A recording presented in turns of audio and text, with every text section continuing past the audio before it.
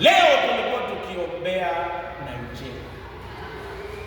Neno ambayo ilikuwa inatuongoza inapatikana katika kitabu cha Mathayo 11:28 mpaka 31.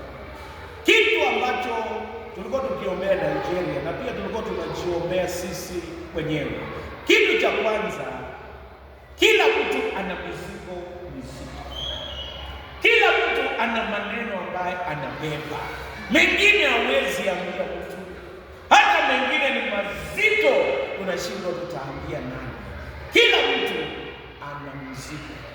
Tena niwaambie, ukiwa na mzigo usisahau ya kwamba hakuna neno lisilowezekana kwa Mungu.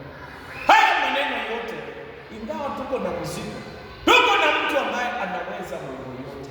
Anaweza kusamehe, anaweza kubadilisha, anaweza kuponya, anaweza kubariki na anaweza kuinua. Kila mtu ako na mzigo ambaye anabeba. Kitu kingine, kuko na nira ambaye tunabeba. Ingine hata ni kutokea zamani na kitambo, tuna nira. Lakini habari njema ni kwamba tunaweza kupumzisha. Yesu anasema, njooni kwangu nyote msumbukao na wenye kulemewa na mizigo, nami nitawapumzisha.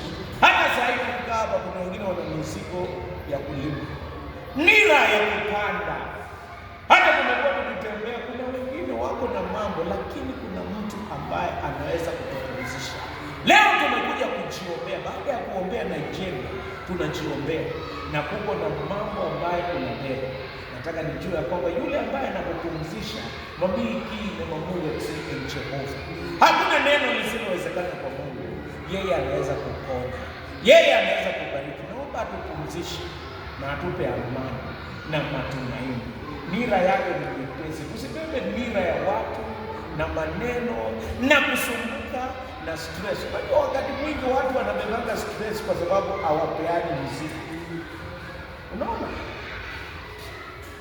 Hii mzigo nikiambia mama, hebu nishikie hii kama. Nani nikatae kumpatia, sinaendelea kubeba. Hata Mungu leo anasema njooni kwangu nipatie na muachie.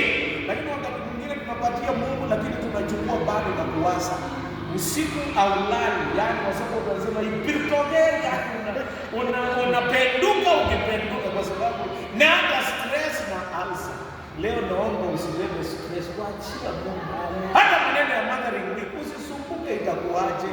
Waachia Mungu, na tukiachia Mungu atatupumzisha, atatusaidia.